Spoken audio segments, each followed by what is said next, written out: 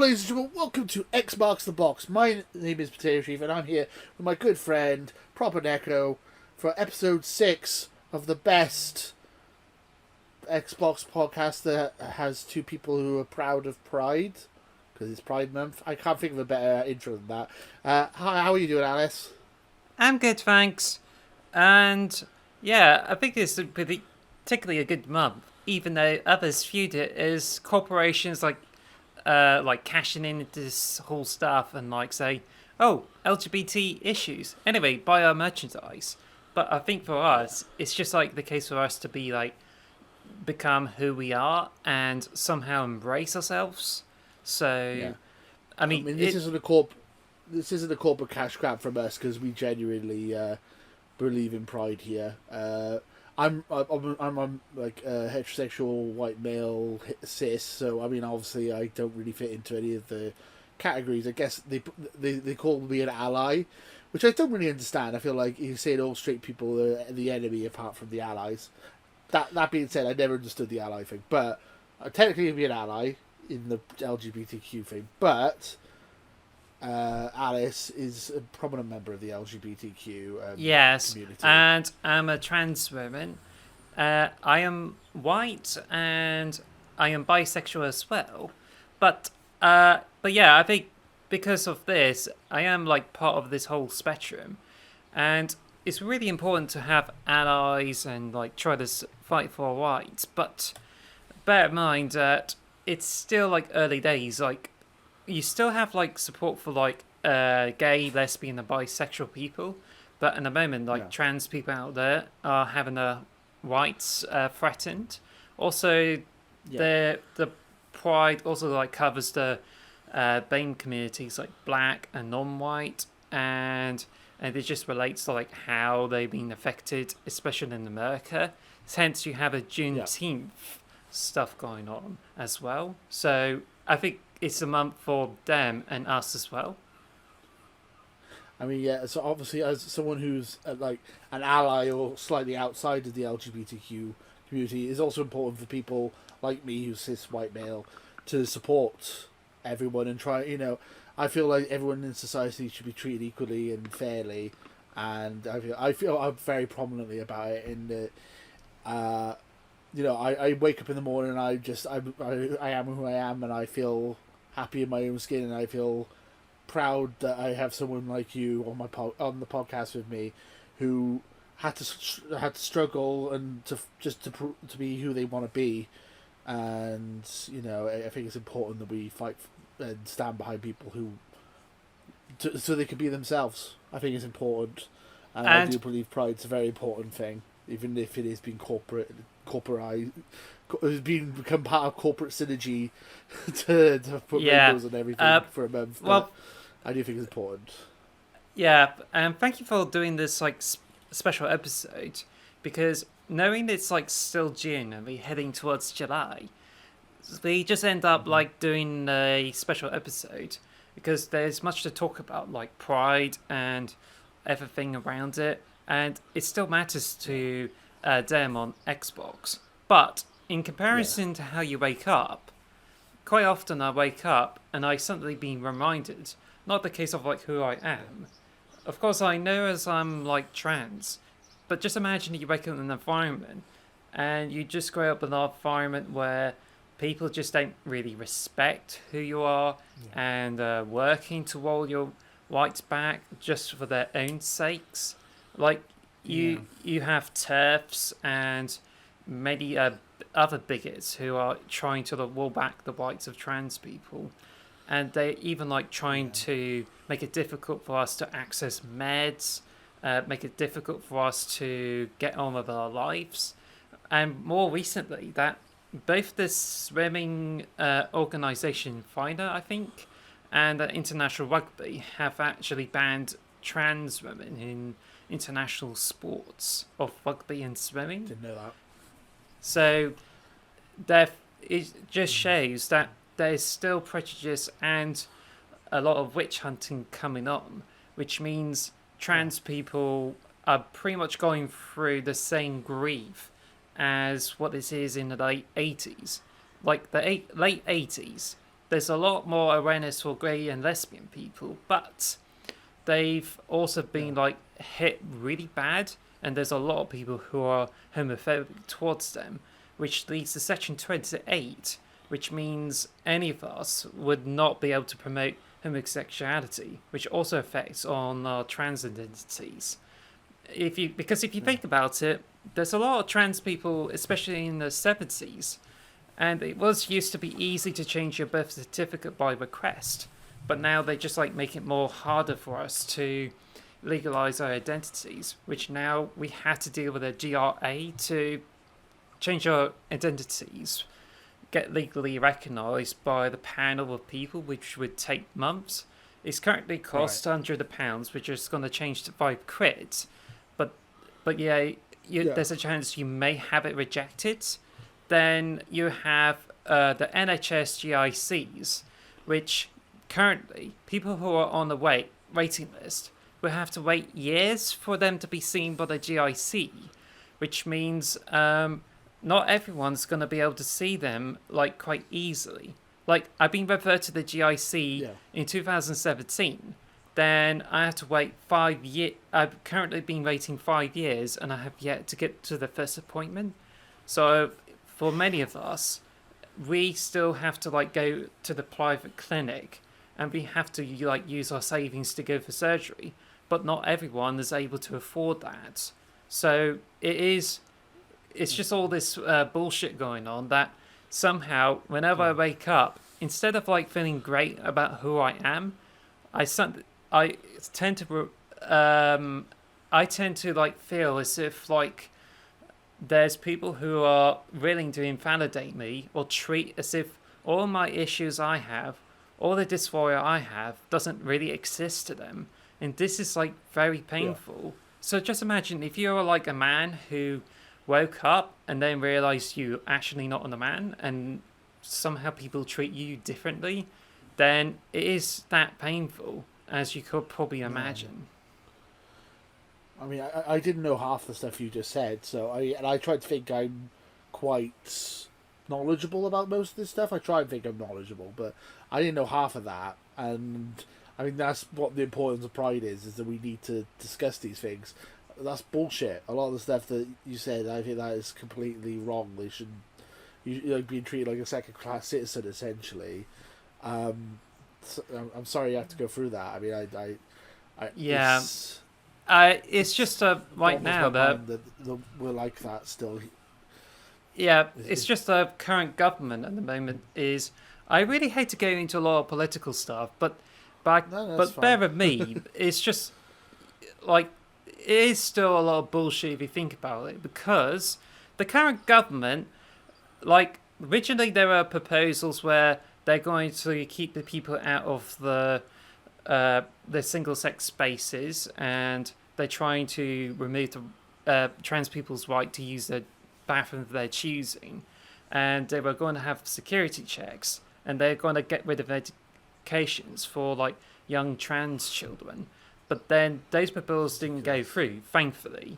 But there's been an increased amount of transphobia, which with many celebrities coming up and supporting more anti-trans rhetoric, and at the moment, even the current government not only like somehow says a lot of things that are anti-trans, but also it just seems that for whichever rights and any improvements to our lives, it just gets dismissed as if we're looking for more rights, and it gets kicked into the grass.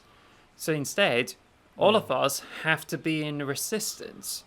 Not only that, you also have homosexual people, like gay, lesbian, and bisexual. Like, there's you still have hate crime going on, and there's even more hate crime against them and the BAME communities. And it hasn't been totally addressed. Plus the conversion therapy, like there's going to be like one coming up, but there's currently no plans to be able to get the trans conversion therapy banned, even though they're looking to discuss about applying it.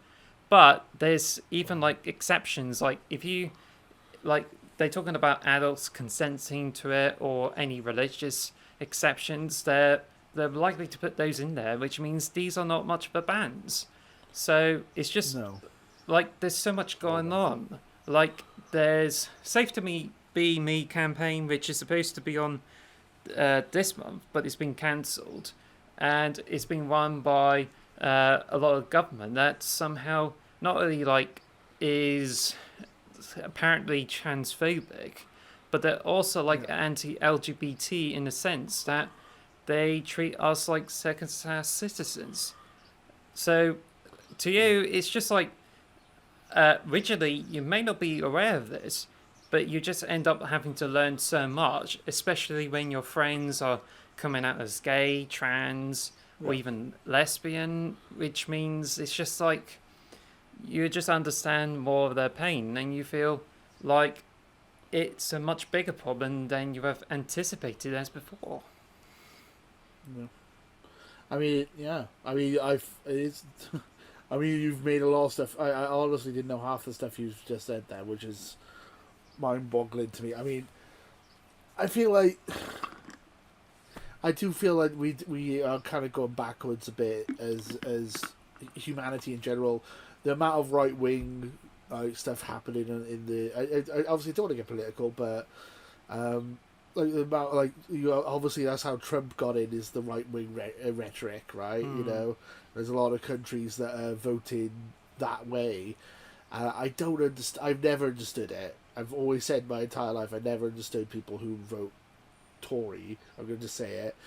You know, Yeah. I've never understood why you would vote that way, because Well, bear in mind that the people in the UK are working. Well, I mean, most people are working class. To be working class means that you have to work for get up and work for a living. So I don't understand why you would vote for someone who makes your life worse. well, I think it's just that I don't understand that.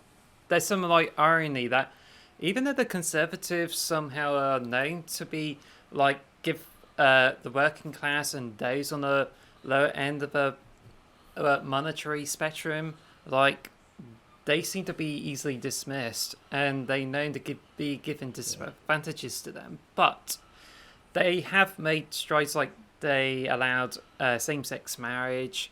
There's Theresa May coming in, and she delivered a supportive LGBT action plan that could have improved, especially for self-ID for trans and non-binary people, and even like have conversion bans. But as soon as the current government steps in with Boris Johnson in, the action plan got pretty much scrapped and kicked into the grass, and now it's just gone worse. Plus, it's not just like about the LGBT issues.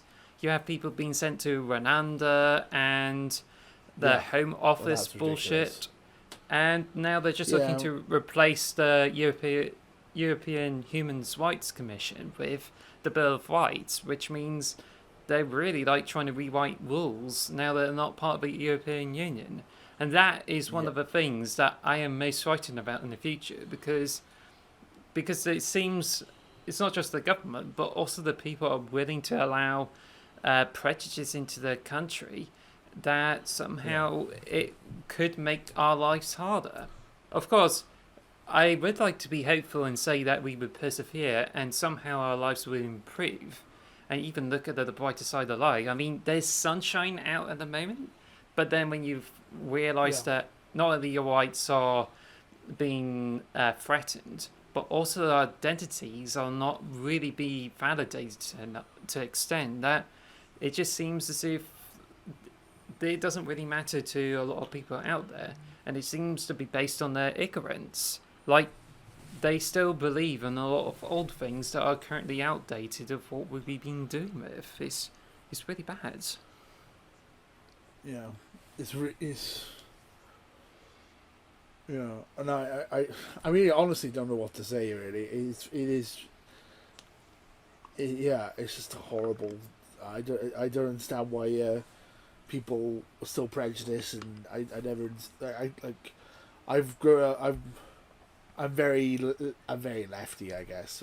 What people would say. Because I don't understand why people don't want homophobic or sexist or transphobic or racist. I just don't understand that. It's like what? Because someone's got a different color skin, they're like inferior to you. I don't understand that. Like, or because someone finds someone attractive that you don't, or like, what business is that as yours, or what gender someone thinks that like what gender people are or like identify as. Like, what difference does that make to your life? Why do you feel like you should be able to control other people's lives and what do other people feel and how other people should be treated? Like, I've never understood it, and it still boggles my mind. I never understood why people would ever have that mindset. I mean, obviously, it's usually an upbringing thing. I imagine, or like an old fashioned thing. But even then, it's like I feel like people should just educate themselves a bit better when it comes to stuff like that. That's right. And there's even an LGBT education going on in Scotland, which I hope it will inspire other parts of the country to adopt it. Also, the Wales are willing to allow more LGBT education in, and they seem to be supportive of trans people as well. So hopefully, things will get better. It's just in England at the moment that it's like we have to fight to protect our rights, no matter despite what others think. But it's not just a case of like people controlling people or having to rule them with an iron fist. It's actually to do with their traditional default culture. Like, if there's anything that comes with like how people act differently when it comes to romance, their identities, or even like their cultures, then it would interfere with their default culture. And lots of people in Britain are like, they're not really like, a lot of them are religious these days, but a lot of it is just like how they respect their history, their figures, and that's not even like acknowledging of what's going around them.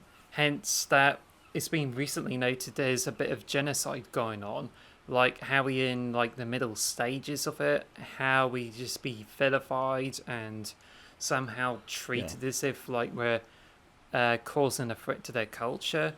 Like, if you compare it to like the Holocaust and even the British Empire with taking over the nations, you can see the genocide going on, and racist attacks happened. There's even attacks on like LGBT people as well.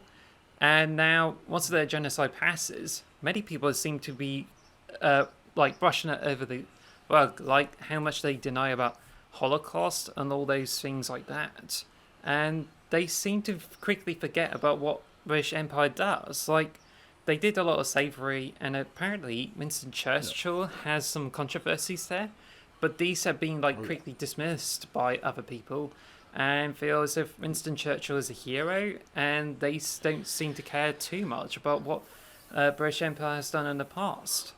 So I think it's really important for us to be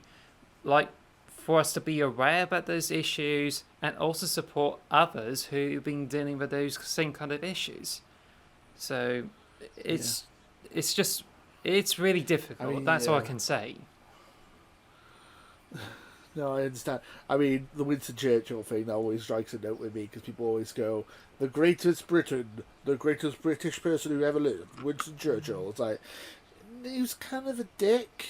If you look into his history, he did some horrible things. I mean, he won us the war, which, thank God we haven't got Nazis in charge, but honestly, he was like, I'm going to get a lot of shit for that probably, but he's the lesser of two evils. He wasn't he's not if you look at some history when it comes to Winston Churchill, he's not the sparkly clean face of justice that a lot of people make out that he is.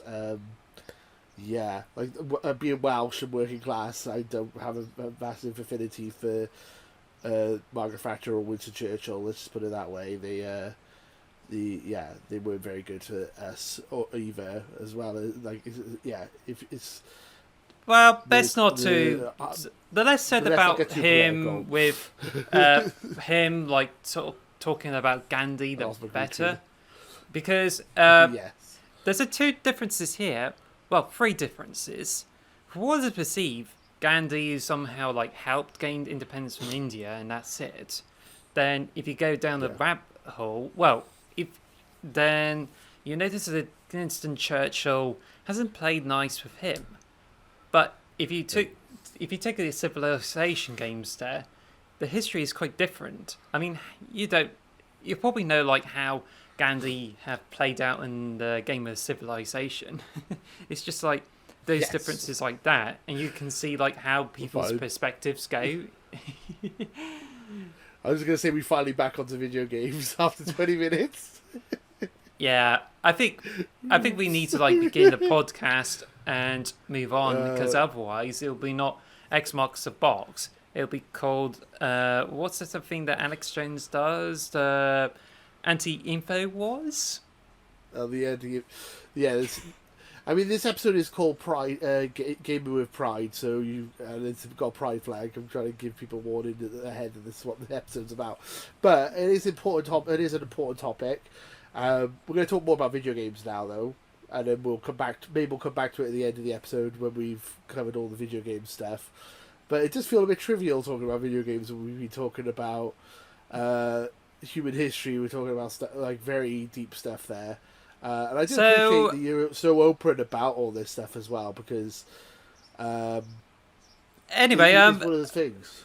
So, what have you been playing? Have you played like the Fall Guys or the Halo stuff that 343 Industries keep screwing over? So what have you played this week? So Elden Ring again. Been playing a bit of that, trying to get all my stuff together so I can start a new game. Plus Fall Guys, a lot of fun. I already got a load of achievements or trophies on the PS4 version, so when I moved it across, all my achievements just popped instantly, and it was beautiful. I loved it. 600 game score for just loading up a game. Yeah, I just loaded up Fall Guys, and yeah, it does require you can sign up with your Epic Games account, and I just got in, but I had to like start from scratch because I got the PC version of like Fall Guys, which I got some of the unlockables there, but I haven't linked it up with the Epic Games account yet. So I had to go into Steam, do that, and see if the content transfers over and see if I can get achievements that way. But yeah, it's just I played a few matches on the PC, so I wouldn't get much, really. I love Fall Guys. I'm really looking forward, because there's Halo costumes coming out. I want to look like Master Chief as like a bean. Like that's what they're like, bean characters, are they? So like I want to be Bean Master Chief. Well, actually, so much fun. Speaking of which, Halo Infinite store this week, like they got different coatings and they're like samey or some sort. But one of the items you can get on the assault rifle is the Gadoot, which is a Master Chief with a smaller head, and you can just put it on the back of your Magnum. Oh, nice. Okay, I'll have to try that. I'll have to look at. It's been a while since I've been. I played a little bit of Halo, but I basically played it until because there's like a event that goes on every couple of weeks. So I just basically did the event, and then as soon as the event finished, I stopped playing. So I think the event comes back, I'll be back on it. Yeah, it's just gone really stale. Like, I mean, to my event, I just ran out of juice for it, so I didn't get the weekly awards for weeks 5 and 6, and I was like, well, what's the point of like going through an Eagle? Like, I almost missed out on the second week by getting to level 20, so I managed to grind at the last minute, get it done, and then this week is pretty much practically nothing. Like, if you haven't done the battle pass or even like you want more stuff, then you can still play, but this is it. Like, still no new content. 343 like still holding back stuff. So, and now the store this week they brought back the War Master set that is from like many weeks ago. So it's just like, so well, out of stuff already. Yeah, that's what I don't know how I don't know what they're doing. They need to work on content, man. But it's maddening. I'm still playing it, but obviously they need more. I think it's slowly becoming from like lacking content to dog shit. Yeah, a little bit. So yeah, I've been playing a bit of Halo, playing Elden Ring again, playing a bit of Fall Guys, which is great. If you haven't played Fall Guys, I love it. It's great. It's like Mario Party mixed with like Battle Royale. It's a lot of fun. So I highly recommend it because it's only just come to Xbox and it's free, so you don't have to pay anything. So just play it. It's quite fun. Do it. Are you sure? Now, download it. Yeah. Are you sure it's like that titled Fall Guys? Does it have the Fall Guys on it? The ultimate knockout. I can't remember this. Fall Guys for ultimate knockout. Yeah. Fall Guys for ultimate knockout. Oh my days! Or is it like for Fall Guys and for ultimate knockout? Season 1. I have no idea. Well, catch up, you silly billies, and do it. This joke, I'm like, yeah, okay. Whatever you say. But if you get the season pass on it, the Fall Guys, you also got the NCO costume of it, so do it. Yes. I have Ezio. I have the top half of my character is Ezio, and the bottom half I got the paint that makes him look like he's got his underwear on, so it just looks like he's running around with like no trousers on, just running around with his underwear with Ezio top. That always amuses me. I don't know why that makes me laugh every time, but it does. Yeah, so Fall Guys is great. Have you played TMNT Shredder's Revenge, also known as Teenage Mutant Ninja Turtles Shredder's Revenge? Because that's on Game Pass. Yeah, that's the other big game. It's so fun. Is it on Game Pass already? Yeah, it came out last week. Oh wow, I should check that out because I thought I have to play that. We'll have to play that. Because I thought I have to buy that, but if it comes out of the Game Pass, then my wallet is safe. Yeah, it's on Game Pass. Leave luck to heaven with this one. The important question is, what turtle are you? What's your favourite turtle of the four of them? Screw all turtles and go April and Neil. Oh, that's an easy answer, isn't it? That's a great April and Neil. I've always been a Leonardo fan myself, but then as an adult, I started to respect Michelangelo a lot more. He's just a chill party dude. He just wants to enjoy life. I kind of respect Michelangelo a lot more. I also think he might be a pothead. I don't know if turtles smoke marijuana, but I assume Michelangelo probably does. He seems that would explain all those munchies going on. And the munchies, yeah. He's a real cool. That's like they call him the cool chill dude or whatever. Yeah, Michelangelo I relate to a lot more now, but I think I've always been a Leonardo fan, so I gotta stick with my boy Leonardo. Yeah. Well, yeah, definitely if you think about Game of the Week next week. Well, if you think about it, Turtles in Time, I tend to go like Dom because he's got a longer switch. So, I mean, the longer your weapon is, easier the. Yeah, that's right. It's just much easier. But I don't know how You're just like you're just being super technical with it. I'm just like, I like him. He has swords. Yay! And he's got a blue bandana. And he can slice pizza. Iframes. So yours like iframes. Reach slightly has 2 more pixels extra onto the staff so we can hit people first. Like, his move takes 0.5 seconds to come out instead of 2.5 seconds, so you can hit twice as many players. Yeah. I know people who are like that with fighting games. Yeah. I know a lot of people who are like that with fighting games. Yeah. At least they didn't add a 5th turtle in. You remember the one of the late 90s show, The Next Mutation? I do not remember the 5th turtle. Is it 5th turtle?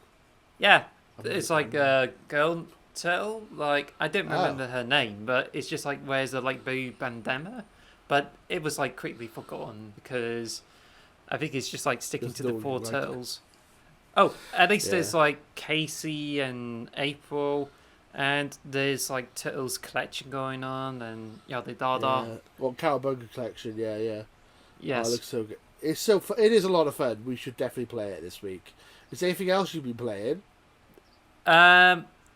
Well, before I get to the most obvious choice, I've touched on some other games, because I got a Star Wars first. Skywalker Saga. I almost said like Star Wars Skywalker Saga, which I got it on the sale for 20 quid, so I finally gave in. Nice. So I got it downloaded and I have yet to play it. So because Yeah, you know the Lego one, right? the latest one, yeah. Yeah. I think So it's good. I haven't got around to it yet. yeah, but you never guess why I didn't play it. I don't know. Go on. Minecraft. Oh, Minecraft, of course. Minecraft Legends, I need that game in my life. Well, for now, I've been building more farms, trying to build a storage room, and I've been getting like lots of stuff from the Nether. But what I did discover in 1.19, like I found the most fun thing I can ever do. Like I was like, it's alright. 1.18, more depth, so even better for me. But now it's like 1.19 come across, and I thought, oh my gosh, I just made a breakthrough. You know that there's like frogs, not Battletoads, right? Yeah. So you get like frogs that if you you breed them, you get eggs that hatch into tadpoles. So if a tadpole's like grow, or as in Pokemon terms, evolve into a frog, like if they're in a dry biome, they turn white. If they grow in a temperate like field, for instance, they turn into orange frog.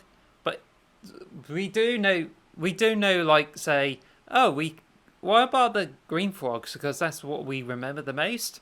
Well, I think that's simple. You just go into a cold biome. Like I went into the ice biome and bred frogs there, and I got tons of like green frogs, and like, oh my gosh, like if you put one set of eggs there, they will hatch into like 2 to 6 tadpoles. Like I was hoping to get like a couple of green frogs, but now you get like loads of green frogs as well. I was like, but then I just discovered something. Like if you get if you get them to eat magma cubes, you get frog lights. It's like the underwater lights, except these are like more natural. You can get them in purple, which is gained from the white frog. You get the yellow one that's from the orange frog, and there's a third one which is like green one, which you can get one by having the green frog eat the magma cube. And I thought, oh gosh, this is gonna be a bit of a tough thing because magma cubes are a bitch to get rid of. So I went into the Nether, find the basalt, and I found it, and lots of magma cubes. So needed to set up the shelter, find ways to get the blackstone. Oh, what about the frog rides? Oh, it's easy. You put frogs on leads, get them down the stairs, play the Hell March from Command and Conquer Red Alert.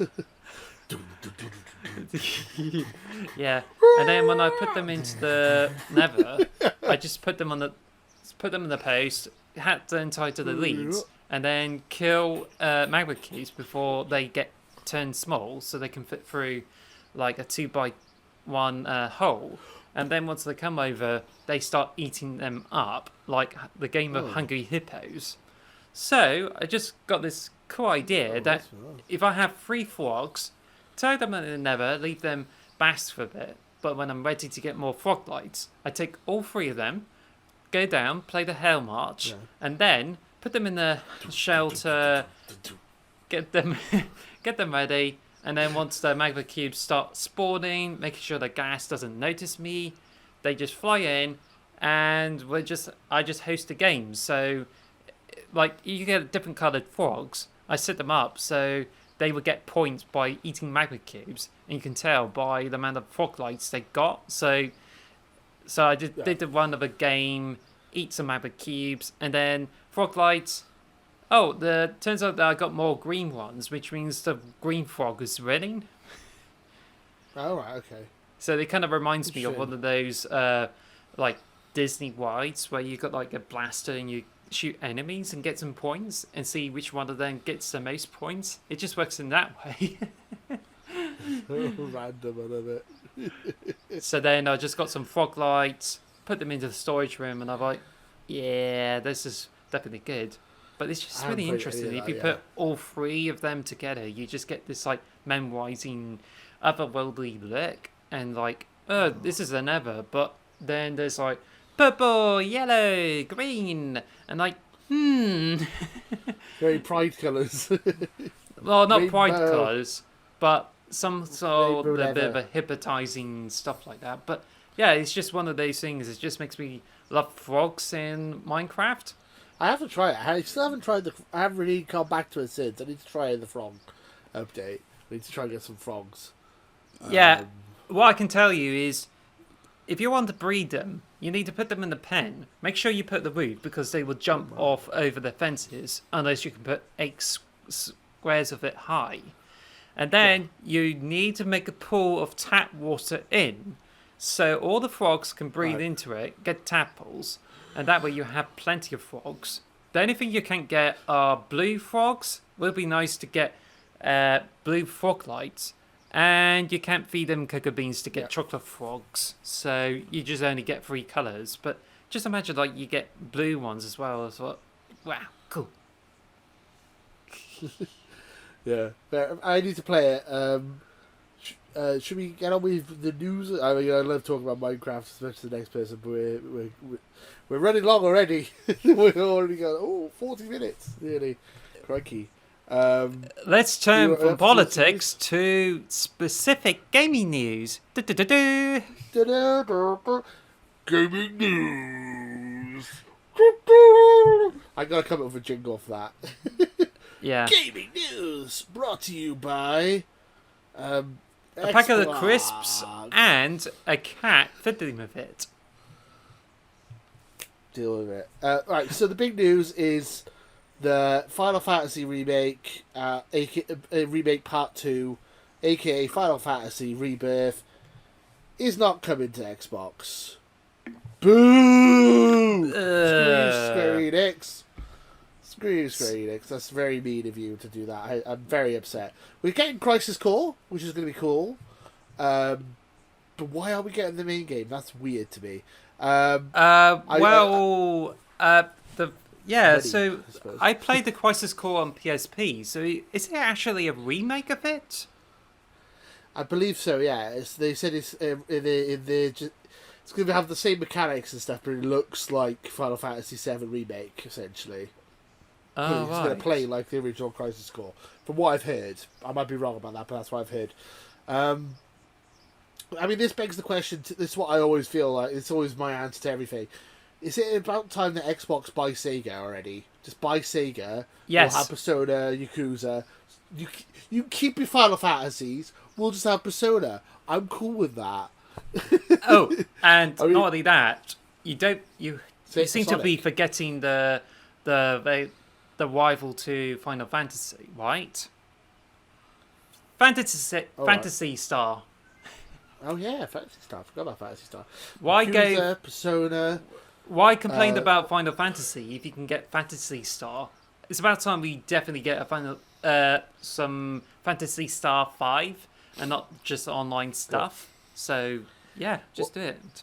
I mean, Xbox is now the home of the Western RPG, right? We have Elder Scrolls, Fallout, Starfield, Outer Worlds, Wasteland, Avowed, Fable. Like, none of that's coming to the PlayStation. But PlayStation are like, we're keeping the JRPGs to ourselves. You want Japanese stuff, you're going to have to fight hard for it, which is, I feel like we need to invest more in Japan and get some Japanese role-playing games as well onto the Xbox side.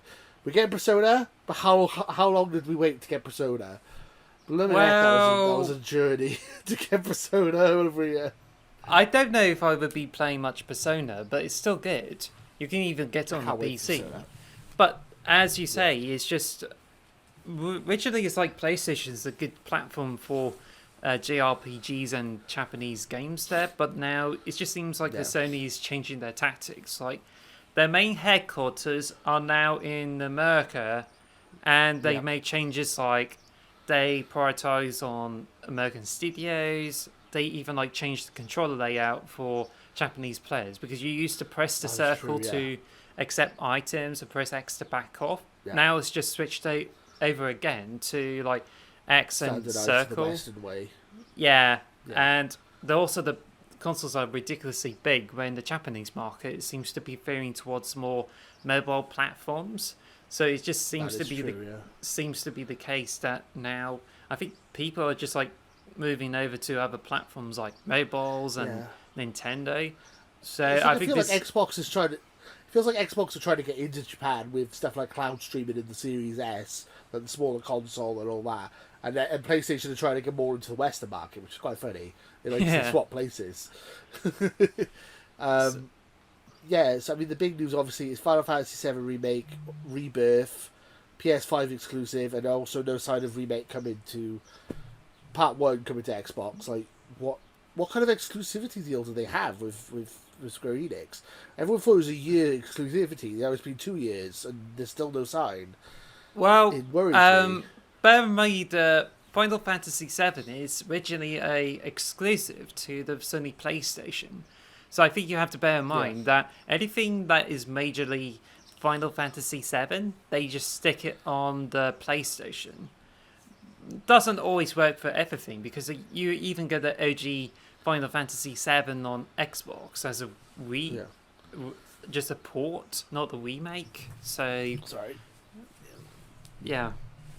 My green screen's messed up, and also I'm. There we go. But yeah. So the other big news this week is Dragon's Dogma 2 has been announced. Have you played Dragon's Dogma 1 at all?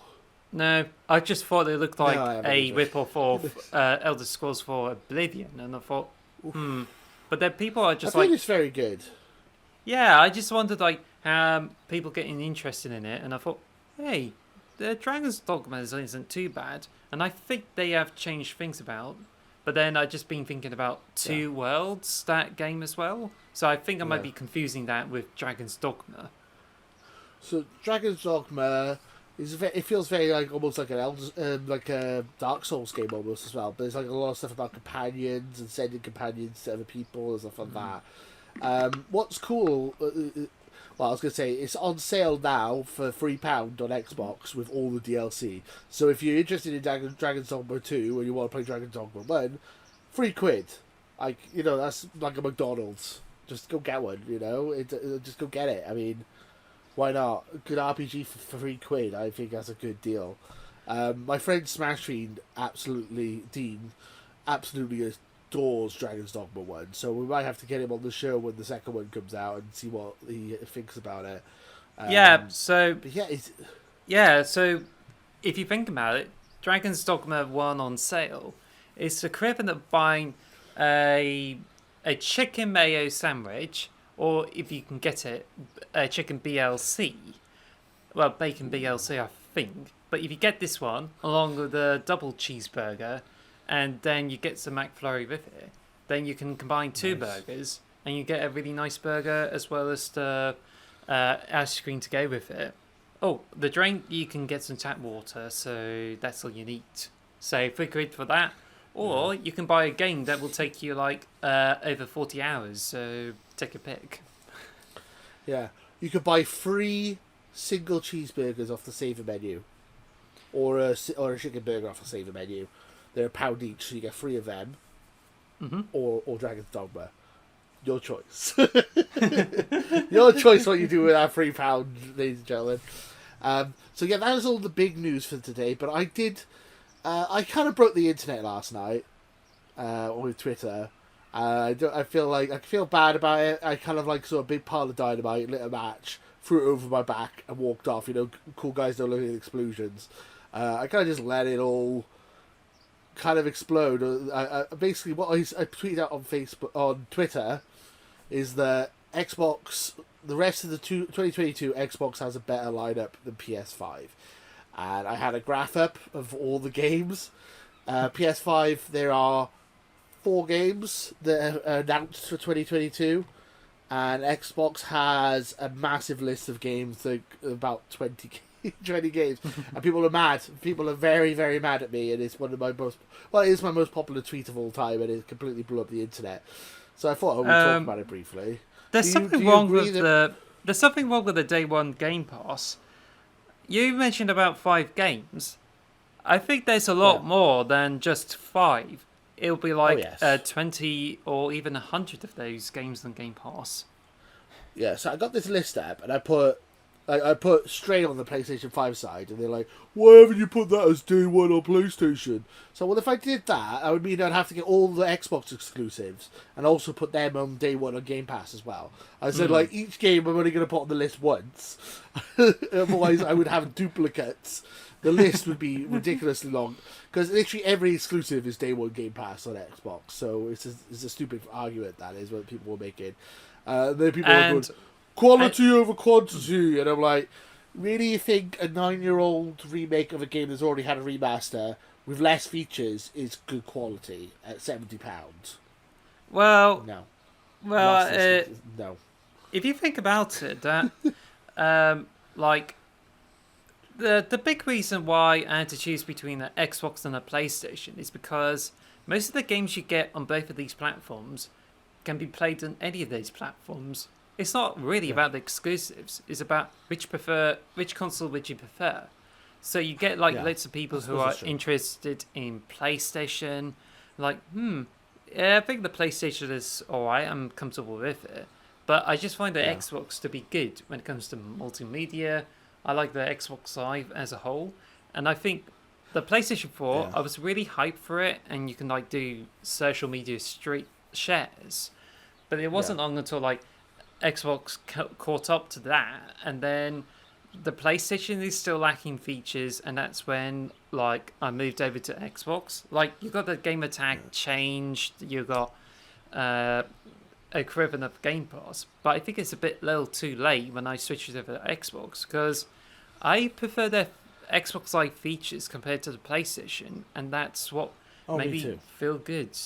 And I'm also glad, now Minecraft, you now have to get an Xbox account, the Microsoft account, to not only play the Bedrock edition of Minecraft, but also you can play the Java as well, which means it's no longer you no longer have a Mojang account, because instead you have to get a Microsoft account in order to play both versions of Minecraft. Hence, they now releasing Minecraft that you can choose to either play on Bedrock or on Java. Yeah.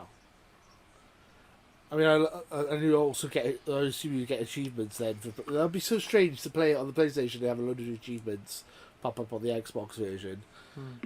So I was just looking at this tweet. So, 60 retweets, 24/7 quote tweets, 576 likes, which is the biggest tweet I've ever done in my entire life. And it's still growing, and I'm still getting... the whole of this podcast, my phone's been going off with people commenting on this post. I started a war, started a riot.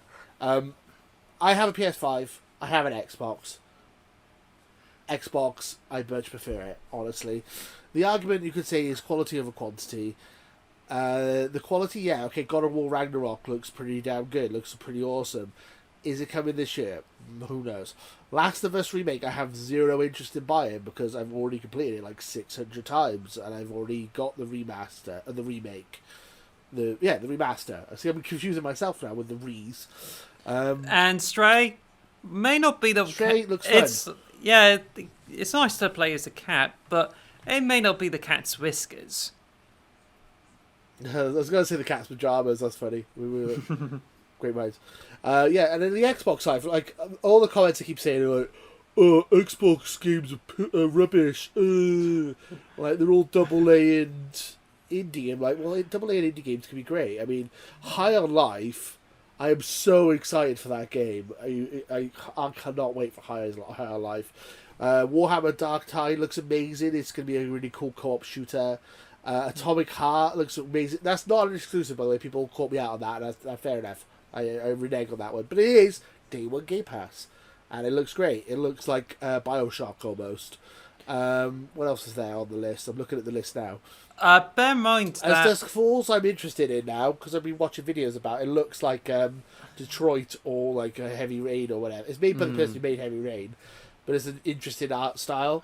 I think it looks cool. Are you talking about... Wait. Are you talking about Detroit? Yeah, so there's a new game called As Dusk Falls coming out for Xbox in the next week or so, which the art style, the joke the people keep saying is the art style looks like Grand Theft Auto, the loading screen, the game, because it looks like the loading screen images from Grand Theft Auto. It's like it's all hand drawn and stuff. It looks nice. It's made by the same person who made one of the people who wrote about Heavy Rain, and it's got like the same kind of choices and consequences. So it's one of those type of games like Heavy Rain or Detroit. Apparently, there's hundreds of consequences and stuff, and it looks interesting. I think it looks. I'm intrigued to play it. Well, I don't know about that because Quantum Dream, the developer of that, because the Heavy Rain is a glitchy, buggy mess and sapped away my enjoyment. But then it has its moment. But Detroit is the example of the worst example of a civil rights allegory.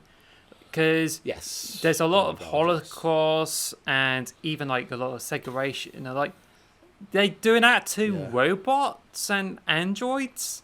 I watched a video that explains about that, despite me not playing the game. And it just already shows there's a lot of discrimination that they try to put that across. When obviously that's not the whole point. It's just the whole point. It's just accepting robots into society, but instead it just seems as if the robots are being segregated and stuff like that, and now they just have to go into whites in order to prove their worth. But that's not the whole point. The whole point is to be able to have a much better understanding of what the differences between them, not having to go back at the humans or stuff like that. I mean, this is a bit messed up. But talking about it, I just don't know about the Dusk Falls. It's more simple, and they promise as if it goes into story levels of Breaking Bad. So I think it's really interesting in how other people would play it. But I'll give it a try. Yeah. Oh. It's all about a bank heist that goes wrong, and then it's how your life continues on after the bank heist. I think it looks interesting. It looks like they've got multiple routes, and you can play it multiplayer and stuff. I'm excited to try it. I mean, I like those narrative type games, and it looks like we're finally getting one on Xbox, and it looks fun. Yeah, you can also join them on mobile as well. So I'm thinking maybe if it's possible that you could do the live stream, I join on my phone or computer, and then see what decisions we make. So get everyone. I'm not very good with live streaming, but I can see if we can get everyone on board. That'd be a fun game to live stream. To be fair, that would be cool. I think it will be just me and you, really, because I think last time we tried to get the people across and somehow wrote offensive messages, tells us that we should not really invite strangers over. That's true. Yeah, people could be very horrible. The other game I'm looking forward to is Plague Tale Requiem. Looks like a better version of Last of Us 2. The Last of Us 2 sucked. I'm just starting fires all over the place today. I don't care. The Plague Tale Requiem looks really cool. You can control the rats and stuff still, and then you've also got a crossbow now, and you can stab people in the back. It's a very bloody cool stealth game where you're playing as Alicia and her brother. Oh, what's his name? Hugo and Alicia. I really enjoyed the first game. Was a lot of fun, and this one looks a lot more polished. It looks like the leap between Last of Us 1 and Last of Us 2. It looks like that kind of leap. And I'm hoping it's not going to be a disappointment like Last of Us 2 was. But I always have to keep dropping that in. But I'm really looking forward to that. It's on Game Pass as well, so that's probably one at the top of my list. And Forza Horizon 5 Hot Wheels, baby, doing some Hot Wheels racing. That's going to be a lot of fun too. I mean, I'm looking at this list. People are mocking it, but I think it's a really good list of games. Even though there's not that one AAA banger coming out this year. There's not that one. There's not Starfield's not there, or there's not a Halo, or there's not that one big game. But we've got a lot of AA and indie and good DLC stuff coming out. I feel like we still got a lot to play this year, which are a lot of really good games. Yes. What do you think? Do you agree or disagree? I think I would agree, but I think if we just somehow look through and see what else that we can add to the PlayStation stuff, because I feel as if Sony's got more stuff there, but then I mean they did the State of Play and some of the games you've already been to before. So it just gives you a question like, are they really touting their exclusives that is likely to be original or sequels than just like remakes? Well, the only state of play they've done this year's or showcase was Jeff Keighley's, or before Jeff Keighley's, and it was third party. So it was like, oh, Resident Evil 4, but that's coming to Xbox. Close to Hall coming to Xbox. Like the big list of games that are still coming to Xbox, there wasn't really any first party games. I'm expecting they're going to be doing a big blowout conference thing in September. I'm not the PlayStation expert, but like at this moment in time, I believe those are the only 4 games we know that are coming to PlayStation. There probably is more, but that's all I could find when I was looking it up. Like, and that's why people are mad. But I feel like, don't worry, PlayStation fans. I think there will be more games coming out this year for your console. Just they haven't announced them yet. And I did say that in my comment, but people didn't seem to people seem to ignore that part, and people seem to ignore like people. I don't understand how you can read a simple image like this and get it like completely wrong. It's basically at the top it says games coming in the second half of 2022, and then people kept going, "What about Final Fantasy Remake Part 2?" It's like, well, that's 2023. What about this game? That's also 2023. What about this game? That's on the list already. What about this game? That's 2023. It's like, like I get so many comments like going, "What about Spider-Man 2?" It's like, well, that's not coming out this year. If it was, you'd be on the list. Also, if it was games that were coming out, next year, the Xbox list would be even longer because it'd have Starfield, Redfall, Forza, Minecraft Legends, Wulong. Just to name 5 there, the list on the Xbox side would be even longer if we included 2023 games. Yeah. Well, I think at the end of the day, it's just...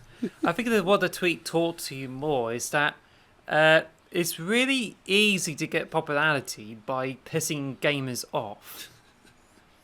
If you go on and say, like, Xbox is better than PlayStation because of those games, it's like, no, you're wrong. And this just goes into the more heated argument about all this. So console wars means money. I'm not gonna lie, I did post this because I wanted to get some bait. I wanted to bait some people, and I did want it to be a fun console war conversation. But I also feel that this is. People have pointed out there's a couple of things I've done wrong in there, but mostly it's an accurate representation from what we know is coming the rest of the year. For the most part, there's 1 or 2 games that I like I said earlier, Atomic Heart is multi-plat. I didn't realise that. And I put the DLC for Fallout 76 and Elder Scrolls Online on there. But technically they're multi-platform, but I forgot because Xbox owns both of them. So I was like, yeah, they're first party. I'll chuck them on the list. Didn't even think about it, really. Honestly, if I were to get more likes...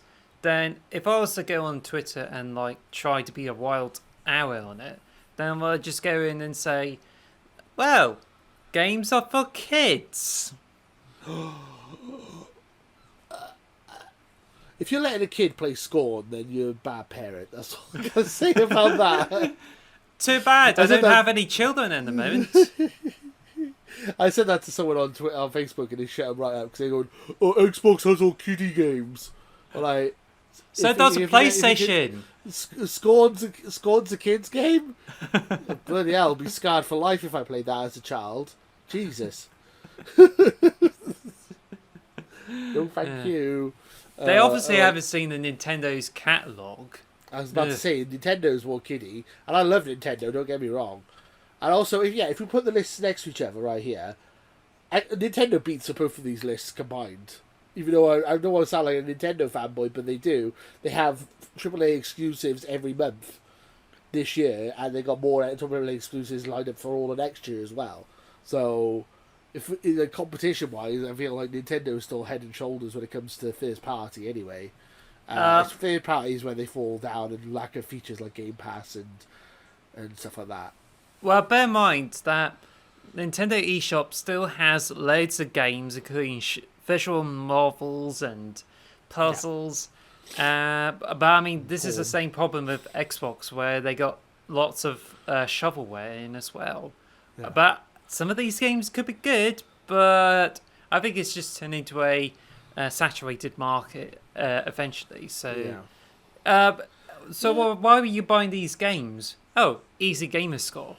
Okay, that's a good enough reason. So now it's just like, buy the game, you get achievements. So easy enough. For me, it's more of why are you playing this game? It's on Game Pass. I didn't have to pay anything for it. Oh, okay. Now, I like to say that what's really good is there's an Idea Xbox Demo Fest. And there's like lots of games demonstrate try. So I think there's a few games that are good. But the one that I like to mention, because I worked in this kind of field before, is Stuffed. It's a upcoming multiplayer game where you play as teddy bears and you're supposed to like shoot things at toys. From what I've seen, while I was working at Launchpad, because this is a Falmouth Launchpad game, you get like I'll look for that. Yeah, they were working on the multiplayer, got the teddies to like get weapons and shoot at things, and I thought, hey, that's quite fun. Like, it's more of a kid-friendly thing, so I've got the demo downloading, so I'm gonna have to try that out. But it's not the only game. How good it is. Yeah, that's not the only game that's gonna come out from Falmouth Launchpad, which even though it took years, because last time I seen it is in 2019. There's also like I think it's not moving out, but Get Packed, and that game came out on the Xbox as well. That's also from Falmouth Launchpad. Now I'm just thinking what about the University of Wales games? Oh yes, there's Cube, and I think I saw that there's going to be a 10th anniversary edition of Cube coming soon to the consoles. So man, that makes me feel old. I did testing on that game. I wonder if I'm in the credits. I should be in the credits. I've never checked though, because I did game testing for it. So you did. Yeah. They had a test. They had like a room in the university, and they go, "Do you want to come in and test the game and play it for a couple of hours?" I'm like, "Yeah, I'll play a game for free for a couple of hours." And I just I played around with played Cube when it was still in beta form. I'm hoping I'm in the credits. I've never checked. You let me know in the comments below if I'm in the credits for Cube. Yeah. And I also reacted to Cube 2, and the people commented on my reaction because they recognised me from university, so that's funny. Yeah. So that was that's funny stuff. So really, the topic of the show was meant to be about Pride, but we kind of covered that at the beginning of the episode, and so this has kind of become the topic of the show. Yes.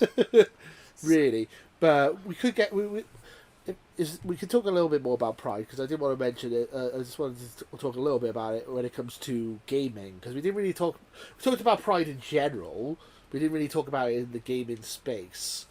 So obviously you get games like Tell Me Why coming out, which has got apparently a trans protagonist in it. I've not played it, but I've heard it's supposed to be really good. That's on Xbox. That's interesting. And then obviously you have the trans character in The Last of Us Part 2. I can't remember the name of the character now. That's not a good example, because I think it was like torture porn, and the storyline for it is not that great. Maybe not good. Yeah, it's not, because everyone thinks Abby's trans. Abby's not trans. It was this other character. They confusing it with another character who's actually trans in the game. I can't remember the name. I can't remember the name of the character. Yeah, I can't remember the name of the character now. But she was a little trans boy who escaped from this clan who were all transphobic and killing people, basically. And they tried to kill him because he wanted to shave his head and he wasn't allowed. Can we just change the subject from this dog shit game to some other better games? Yeah, sorry, I hate that game. So you know that. Sorry, there's Celeste. Just point that out. Yeah. I'm just saying there is representation, but sometimes it's bad. Sorry, I was just pointing out that there's bad representation and there's good representation. Let's go back to the good representation. Sorry. There's Celeste. That's got a trans character in it, and that's a very good game. There's also, I think it was a day of. Yeah, that's right. The Madeline, was it? She's a trans girl who's in this game. Oh, I didn't know that. Oh, you didn't know that? No, I liked Celeste. I didn't realise that. Oh, that's interesting. I didn't know that. Yeah, she's definitely in the game. There's also a Day of Springs, and I think involves a trans protagonist. And what you get free for this month is Tell Me Why, and one of the main characters is a trans man. So Yeah. I only played the first part of a game because there's like 3 episodes. But Yeah. even though it's like talks about family, but this also talks about like one of the characters, how they get through this painful childhood and being forced to do things that is associated with their assigned gender. And I think there was a Yeah. lot of like heavy stuff with it, but at the same time, it's actually an interesting narrative game that's got a nice control interface to it. So I would say, Yeah. yeah, that's pretty much worth playing though. I've heard it's supposed to be really good. I mean, we were talking about narrative games like Detroit and As Dusk Falls. That's a really good narrative game, apparently, and it's made by the same people who made Life is Strange. So if you like narrative games, definitely pick it up. I've got it downloaded. I've been meaning to play it for a very long time. I just never got around to it. But if it is very good, tell me why. Definitely worth trying. Excuse me. But it's Yeah, not just about the trans games. There's also like games that celebrate gay and lesbian relationships. Like there's Unpacking. Like spoiler alert. Yes. There's like it involves the story around someone who eventually goes into a same-sex relationship with someone and goes for a more blissful ending. There's also like okay. I didn't realize that. there's Night in the Woods. I think that's what it's called. And it involves a cat with a baseball bat and lives in this autumn town. There's a same-sex couple which involves a bear and a fox. I don't remember the names, but it's definitely one example of same-sex relationship. And I think I think there's plenty of others where there's like gay, lesbian, and bisexual characters in as well. So so you definitely find plenty of these, but there's definitely games that has a trans protagonist in as well. So bear in mind. I mean, it's good that that it's being normalised a lot of the time as well. Like with Unpacking, I completed Unpacking. I've got all the game to score on that. And I didn't realise that it was a lesbian relationship. I didn't realise that's that right. the story. But no, that's interesting because now you said it. I was like, oh yeah, okay. I didn't really think about it too much. I was like, oh yeah, that now you said it. I was like, that makes sense. That's good, progressive. It's interesting. I've got all the game score on that. I'm trying to think of more games that have that kind of stuff. Obviously, with games like Mass Effect and stuff, you can be whatever you want, and you can date whoever you want.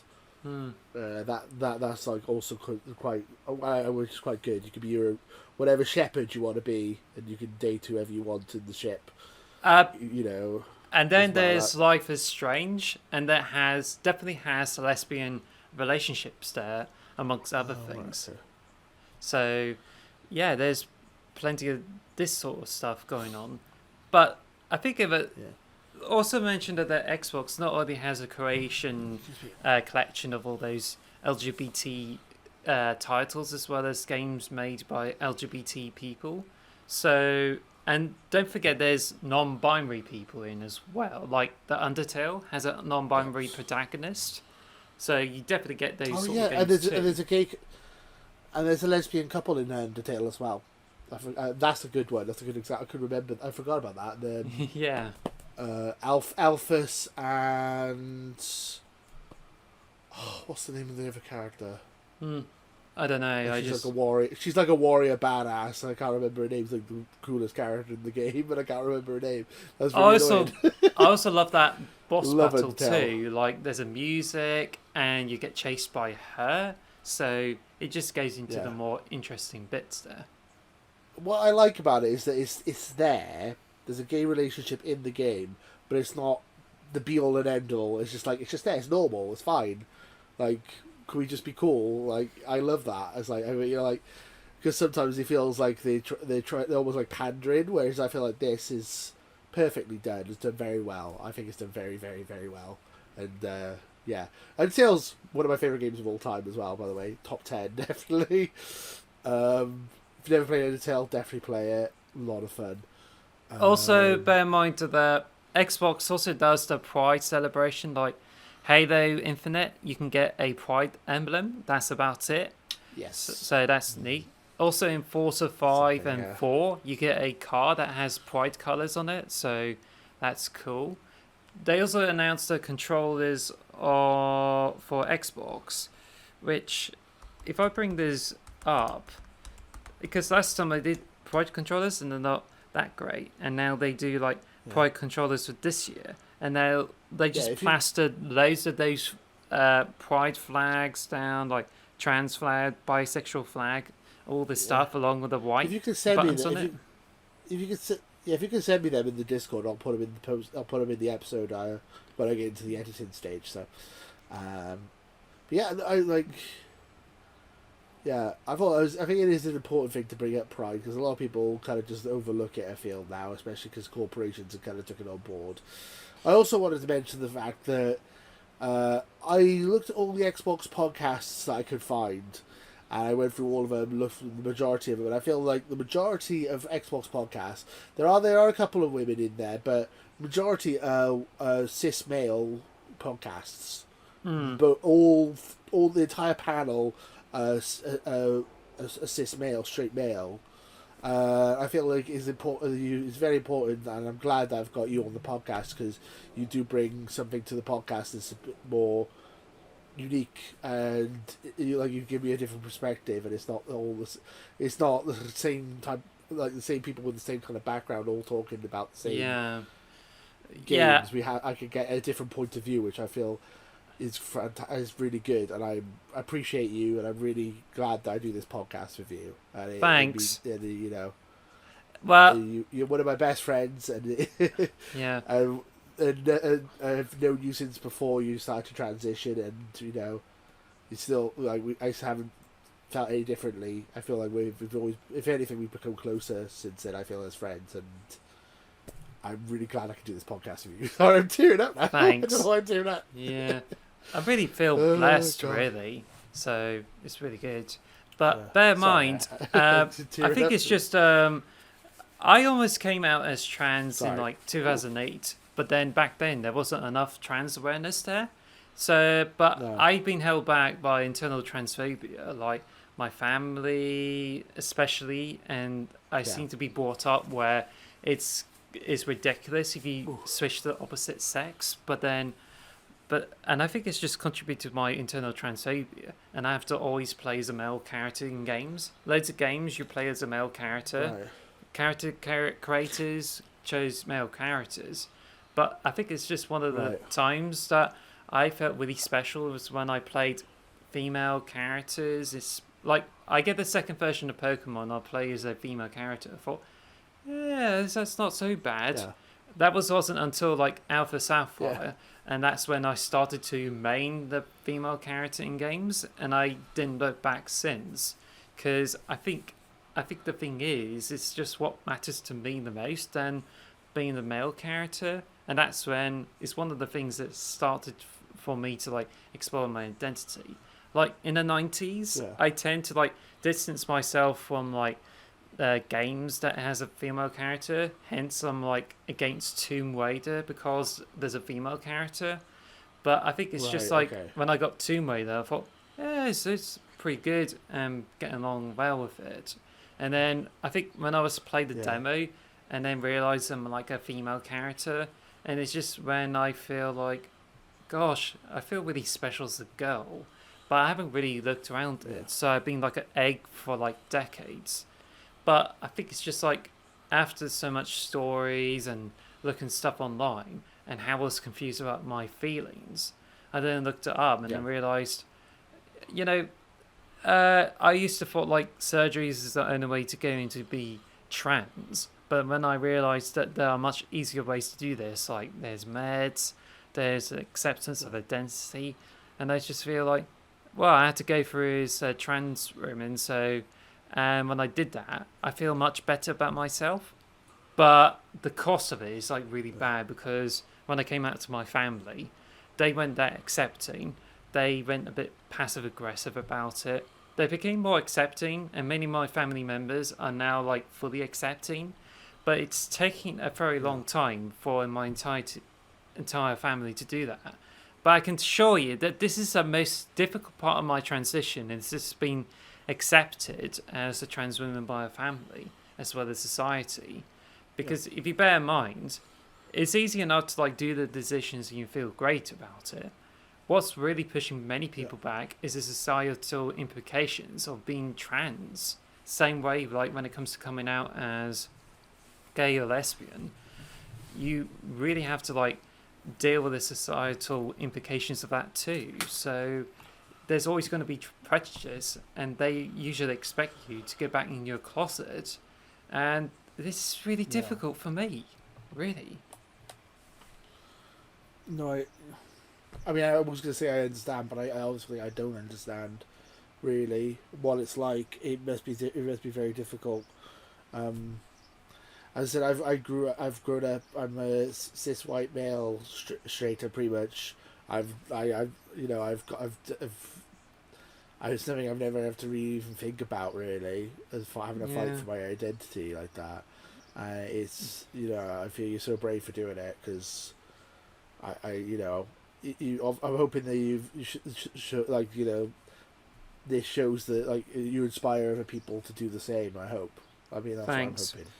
Well, bear in mind that I know it's an Xbox podcast, but I do feel it's important that we do cover some serious topics as well. Like we covered the stuff that's going on in Ukraine last week, but also I feel like this is very important as well as Pride, especially when there's so much homophobia, xenophobia, transphobia, and all that's coming back into society. I feel like we need to make sure that we stand tall together.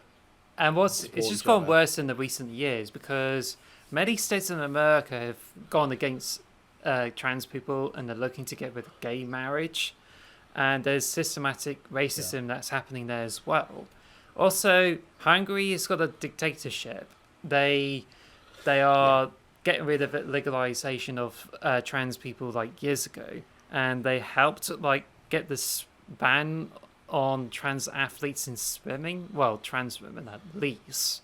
And Poland is becoming more anti-LGBTQ, and they even got rid of abortion. So it is particularly scary. So, but also bear in mind that in this gaming world, you still have this problem. Like, there's the domination of like cis het white males, and how much these becoming more of a default, which is why. Like, if there's women gamers, you fall into one of two things. You either, like, get in and you end up getting, like, receive a lot of requests and lots of men, like, try to appreciate you, like, because they think if you're beautiful and trying to, like, get in bed with them. And it's becoming a real pain because they have to get spammed with messages, harassed and stuff like that. On Facebook, I do get lots of chases as a trans person, and that was a bit of a nuisance. But the other part is, if you go into gaming, you don't seem to be believed as if you're a female gamer. Like, if you try to hide your photos or stuff like that, you just go in. At one time, I was playing the game on Call of Duty Black Ops 2 about a decade ago, been playing the map, and one of the people says, like, oh, this boy has a high-pitched voice. And others say, like, I'm a girl. So you get shit like that. Also, you do like have men like sending insulting messages to other women. And there was like even one time in the game where we were playing Uno. One of the players, the lady players, like, won. Yeah, I won and stuff like that. And then others says, like, shut up, bitch, and that type of thing. So it's obviously tells, like, how difficult it is, not just for LGBT people, but also to people of mixed races and BAME communities, as well as, like, women as well. So you can see how much of a default culture has been integrated into the communities. Whereas the games, not so much, and people are trying to get more awareness of the diversity, and yet there's a lot of gamers and even the other communities, like in films industry, like they say anything that is different to their default culture, speech marks, they call it as woke. So, and that is just where they're trying to dismiss all this diversity stuff and feel as if everything's all right back then. Well, if you go in the UK, you got like adverts say, "Oh, McCoy's a man's crisps. You can't eat a Yorkie if you're a girl," or stuff like that. And it's just the whole peak of lads culture, where if there's anything that is really pretty good, advertise it to lads, because if there's any girl stuff, that you give it to women, and they're being like reduced to being like second weight. So this is just really bad. Even weeks in a PlayStation magazine, like there's like half naked ladies and all this lad stuff, and when someone complained them in letters, it said like they've been placed into home of shame because they complained about a lot of lad stuff that is not particularly safe for young boys who read this magazine, and it's just like, it's just ridiculous. It's just ridiculous. Yes. Yeah. I know I've been like troubled on about it, but you get my point, right? No, it's fine. Because I've never read that magazine, so I was like thinking about that. It's just like, that just seemed weird to me. Xbox magazine back in the early 2000s is slightly better. I don't know how. Yeah. I don't really remember how the communities are like, but it was a bit better than the PlayStation magazine back then. Yeah, I was also just thinking about what you were saying about woke culture in like TV and stuff. Like, they just brought out this Obi-Wan TV series, and there's a character in it who's a black woman, and people are like, "Oh, why is she a main character?" I'm like, she was really good, a really good character, and I was just like, in my head, I'm like, are you really a Star Wars fan? Because, you know, James Earl Jones first voiced Darth Vader. Lando Calrissian was like a main character. Like, you don't like black people in Star Wars now? Like, what's going on here? I don't understand that logic. It's bad. As you said, the woke culture, and then also Miss Marvel's just come out, and it's not doing very well, and people are saying it's too woke. And I'm like, I don't get that, because I've watched it, and I actually think it's a really funny and really well written show. But I think it's just more the case of like reactionary right wing stuff, where they use the woke as a token to label anything which they feel is too justified for them, when obviously people don't seem to mind that like many decades ago. So, I mean, what the hell? I mean, it's just bad. But speaking of which, like, it's just really difficult. Like, when I was in VR chat and I was like play the female avatars and like trying to give them more femme voice. A few times I received transphobia, and there's even those who are like trying to force me to use a male avatar because they think that I should be using a female avatar. And to be honest, I get a lot of this shit from others who expect me to go back to the closet or just like spit at them ridiculous. Or be rude towards me. So it's really bad. But I think there's also like other examples where I don't know. It's just I just forgot what I was gonna say, but. That's alright. Yeah, it's just it's like obviously I feel like after we've been talking for about an hour and a half, I feel like it should be stated here that obviously we do not stand for transphobia or homophobia, sexism or racism here on Xbox in the box.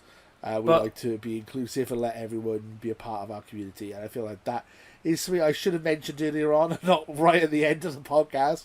But yeah, everyone should be able to be an Xbox gamer, and you know, the only thing we should be united in is hating the PlayStation fans. I'm joking, by the way, that was a joke.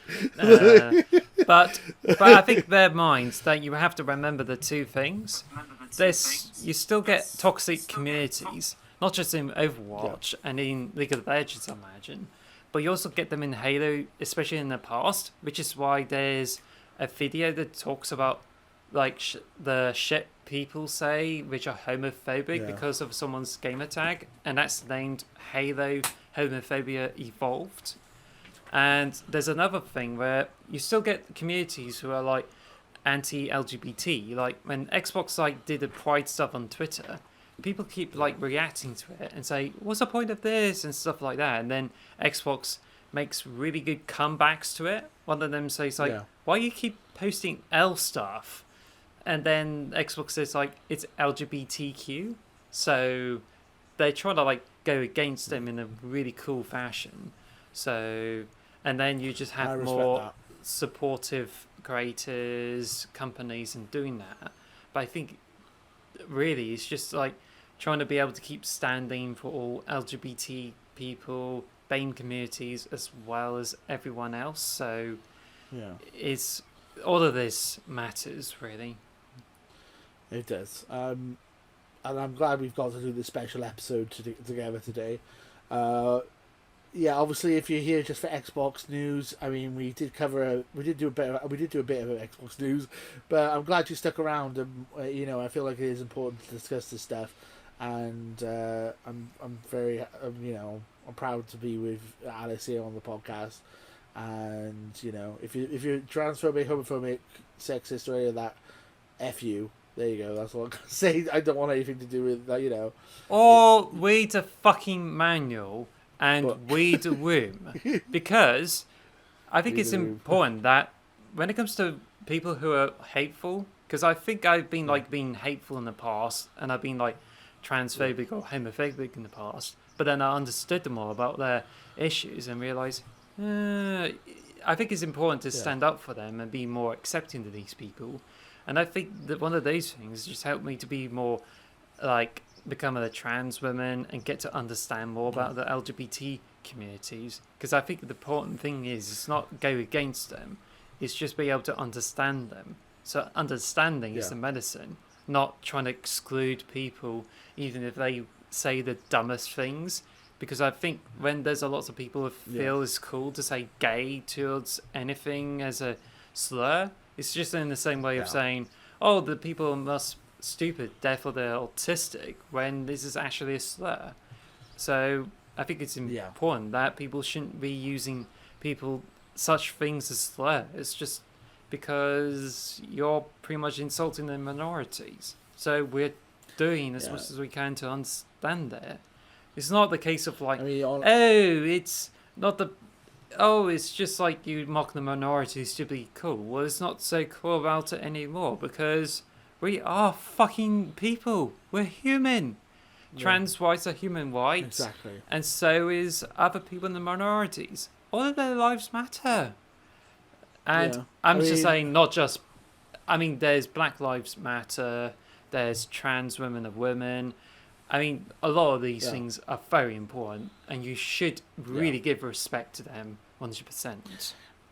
Yeah, and then, so with Black Lives Matter, I think it's important to point out as well, to say all lives matter back is not that. No, you obviously don't get the point. They're saying Black Lives Matter because their lives are under threat by police officers who are breaking the law and being abusive. So the term Black Lives Matter is for that. It's not. They're not saying that they're more important. They're just saying that everyone's lives matter. Like Black Lives Matter is an important thing as well. That's something we shouldn't gloss over. I was going to mention something now. I've totally forgotten what I was going to say now. I was just going to say empathy. Just try and get some empathy in your life. It's really not that hard. When I was in primary school, I was told about the story of the Good Samaritan, in church. And I'm not a religious person by any means whatsoever. I'm anti-religion, a lot of it. But it's the story of, you should treat people the way you want to be treated. I don't understand why that's such a hard thing to grasp. Why don't you try and think about it, what you would feel like if you were in someone else's shoes? And that's as simple as that. It's something I picked up as a primary school student, and it's the fact that people are grown adults who still don't understand the simple concept of empathy blows my mind. You should try, as I said, try and picture yourself in someone else's shoes, and maybe you might understand it a bit better, because not everyone is the same. We're all different, we're all unique, and doesn't mean that anyone's worse because of that. You should try and be a bit more open-minded. That's how I always feel about this stuff.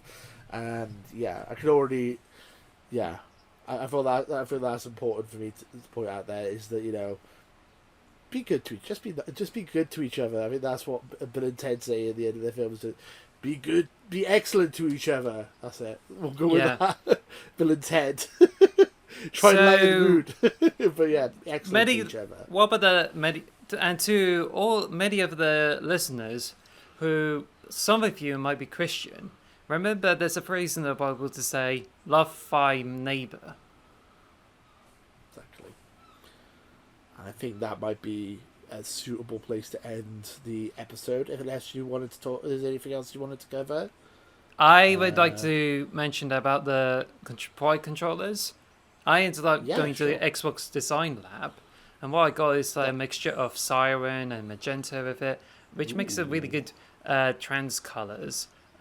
Didn't get a little bit of white in it, but I got red, orange, and purple in it. And I think, it just still works for me to this day. Although the play and charge thing from the Xbox One controllers is not working perfectly, so I switched back to AA batteries.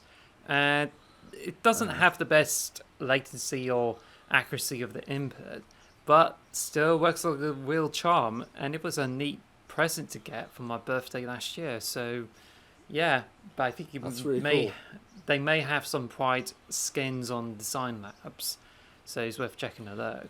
Worth checking that out, yeah. I mean, that's a really cool. I mean, that's a really cool feature that Xbox do, and you know, it's awesome that they do stand with Pride and stuff.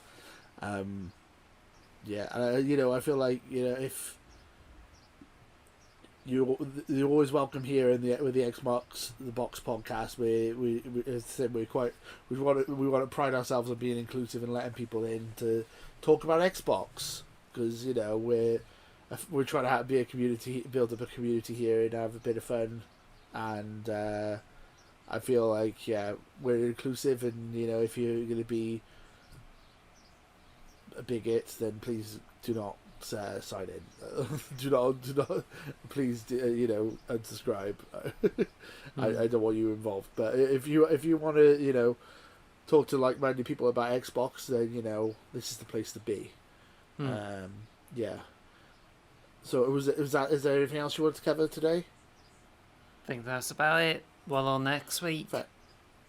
Yeah, thanks for doing this episode. I thought it was important that we covered Pride, especially because, you know, obviously you're part of the LGBTQ community, and I feel like it's important that we discuss that, and we and I'd like to thank you so much, because it could have been different, but it was a decision well made to, like, highlight the Pride stuff, try to get the understanding there, and also appreciate other creators who worked hard to get us noticed as well. So from the bottom of my heart, thank you so much for allowing this thing to take place this week.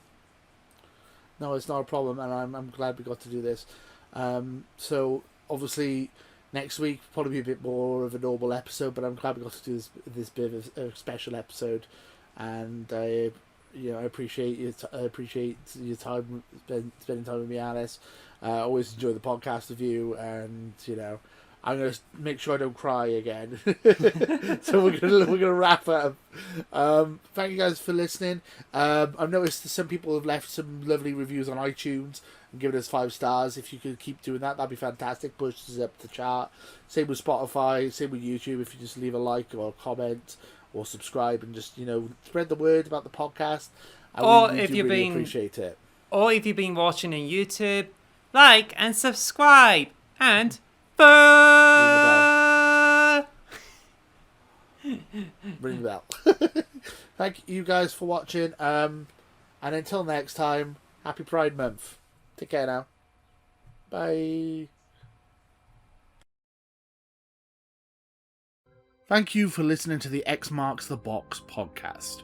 Follow me on Twitter @PotatoChief, or on YouTube @PotatoChief, or follow us on all podcast services.